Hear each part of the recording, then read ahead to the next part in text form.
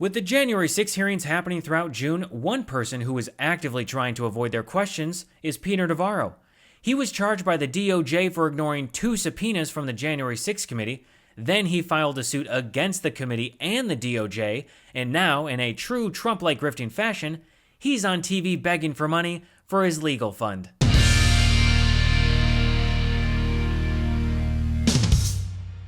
Former Trump advisor and infomercial salesman trying to sell you money-making secrets, Peter Navarro. Just to catch everyone up to speed, Peter Navarro was one of the key authors of the plan to overturn the result of the 2020 election. One of the others was Steve Bannon. You know, the guy who looks like he's a mix between dandruff and a rotten tomato. Navarro was charged by the DOJ with 2 counts for contempt of Congress for his refusal to comply with the January 6 committee.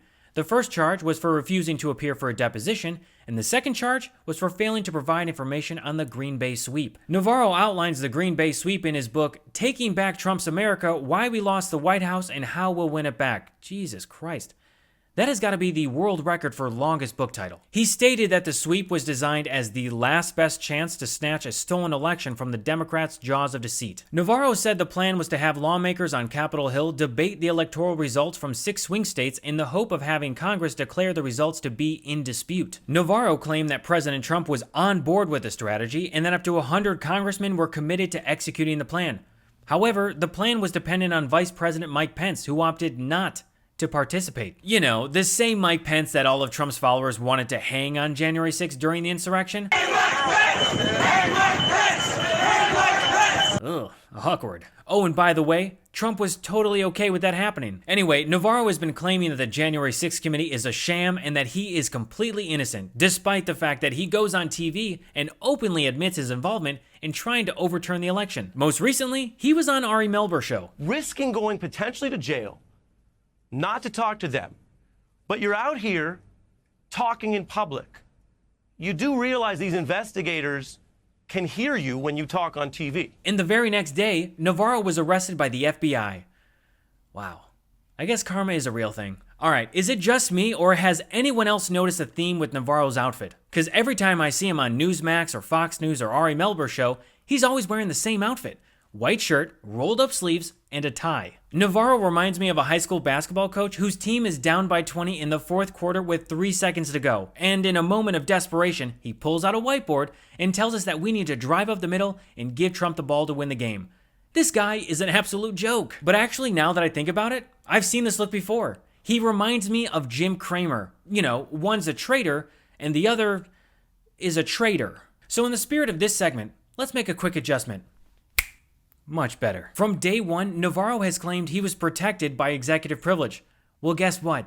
He doesn't have it. So Navarro then appears to fall back on the vague assertion that the executive privilege here belongs to former President Trump, which is not only dubious, but entirely irrelevant, because our committee has not been given any attempted invocation of executive privilege by Donald Trump. Navarro reminds me of George Costanza's dad just throwing up his arms and exclaiming, "Executive privilege now!" So when Navarro addressed reporters after being indicted by a grand jury for contempt of Congress charges, he complained about how he was treated unfairly and had to stay in John Hinckley Jr.'s cell, which is a weird thing to brag about. Instead of calling me and say, hey, we need you down at court, we've got a warrant for you, I would have gladly come. What did they do?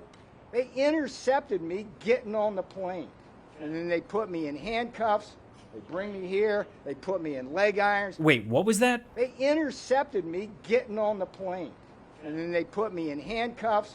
They bring me here. They put me in leg irons. Leg irons? Navarro is notorious for lying. Again, the guy tried to overturn the 2020 election.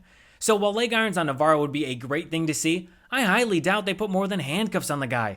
And to anyone out there who doubts me, get me photos of Navarro in leg irons. Navarro says he would have gladly shown up if they had asked. And to that, I say bullshit. Navarro was arrested at a DC area airport while attempting to fly to Nashville to meet with former Arkansas Governor Mike Huckabee, aka the Wish.com version of Ernest Hemingway. Navarro uses more green screen backgrounds than Hollywood blockbuster films, so excuse me if I don't believe Navarro or Huckabee about flying to do an interview when he does all of them from his basement.